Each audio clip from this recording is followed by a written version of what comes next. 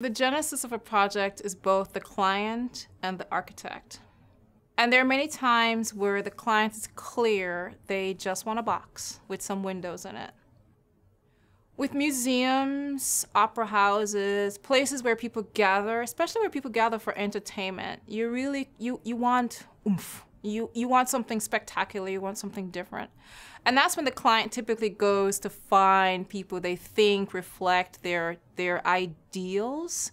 The client typically doesn't know what form, but they know what feeling they'd like to get. They know what response they'd like to have from audience coming. They know what they'd like to see that they're driving on the road.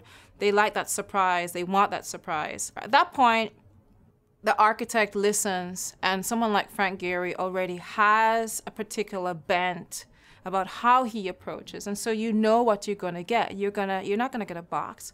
You're gonna get something that's more fluid and a lot more excitement to it, a lot more obvious excitement, because you can be rectilinear and still be exciting. But Frank's buildings are very present. You see them. You can see them before you get there.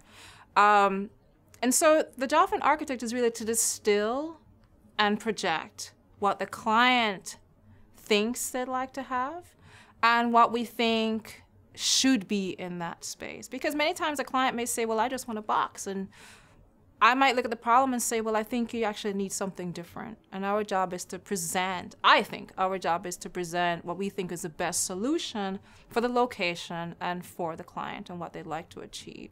So it's a little bit of both. We make it real and give it form, and typically the client comes with the kernel of an idea, or notion, I like to say. And so it's a little bit of both. We push and pull each other to get that vision out.